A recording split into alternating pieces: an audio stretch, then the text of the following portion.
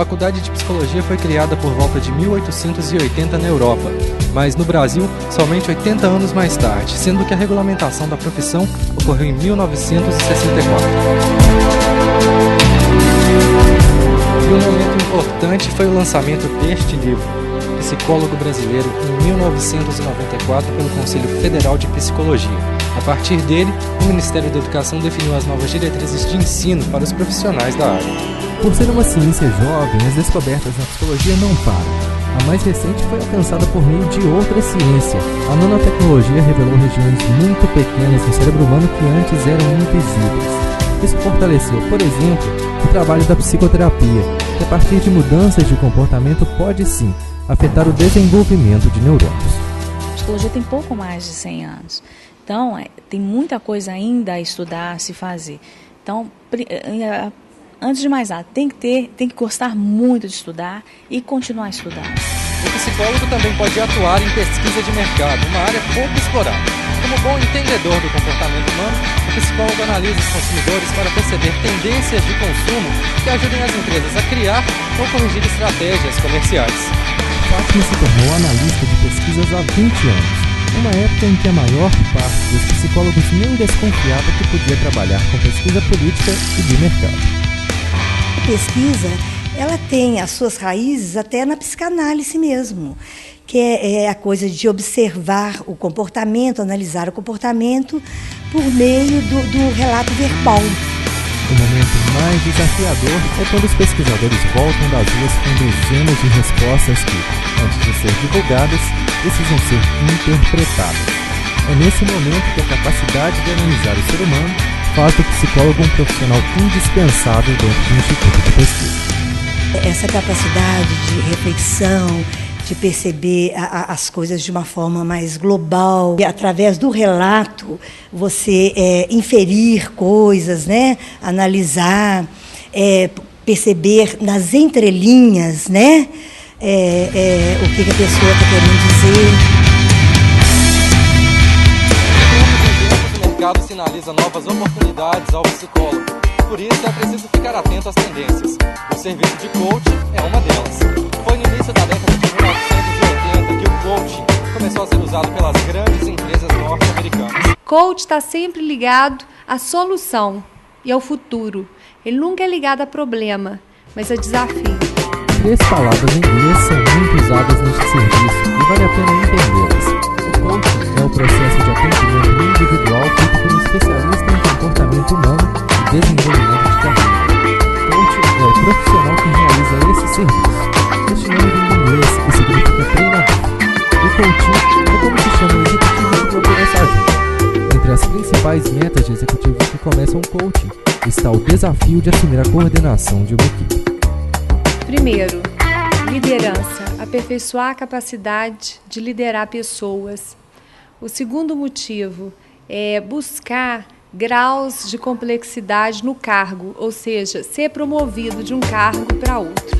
Mas conforme o tempo de empresa e a fase em que a carreira desse executivo se encontra, não é a promoção o maior objetivo dele, mas a disciplina e o desenvolvimento de novas habilidades gerenciais. Por exemplo, a gestão do tempo, o desenvolvimento de gente, de equipe, o planejamento de tarefas, a arte da delegação, do feedback. Os motivos de Rodrigo estão nessa lista.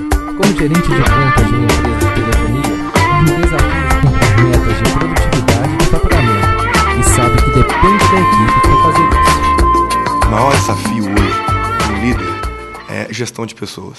Por isso é incessante a busca por ferramentas que nos dê capacidade de potencializar o resultado, tanto das pessoas como do médico. Mudanças de comportamento não acontecem da noite para o dia, mas quem procura o coaching tem pressa.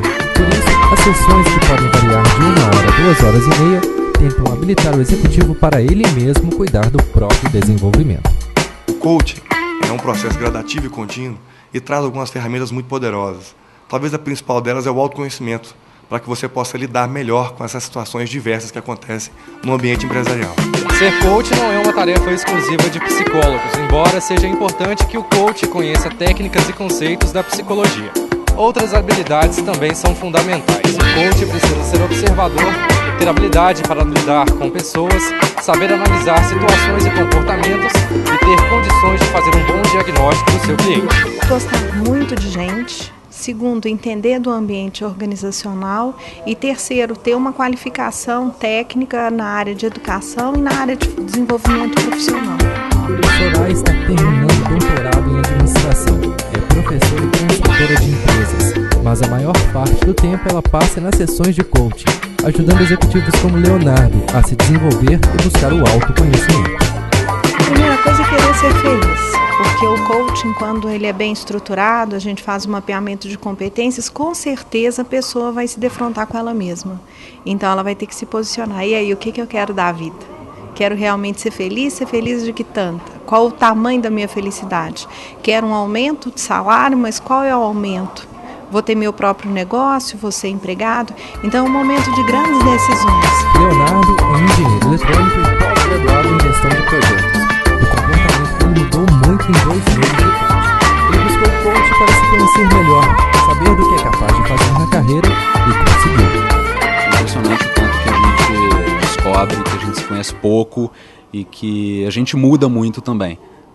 Que a cada momento da nossa vida a gente vai amadurecendo e a gente vai se conhecendo mais, se conhecendo melhor e a partir daí criando oportunidades de se colocar melhor nos lugares certos, nos momentos certos, a fazer as coisas de forma mais correta. E é um processo contínuo, é um processo que não para.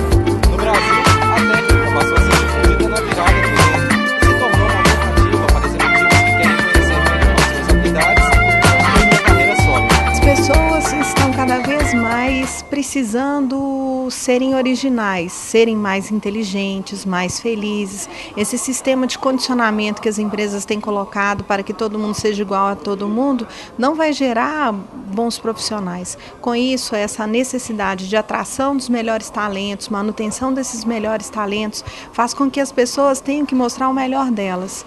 E, como a pressão organizacional é muito grande, ela vai precisar de ajuda, sim. O coaching, entretanto, não deve ser confundido com psicoterapia. Em geral, não é quem está muito triste, não. Porque se está muito triste, com grandes problemas para resolver, é melhor fazer terapia. O programa de coaching ele é mais adequado para a melhoria do desenvolvimento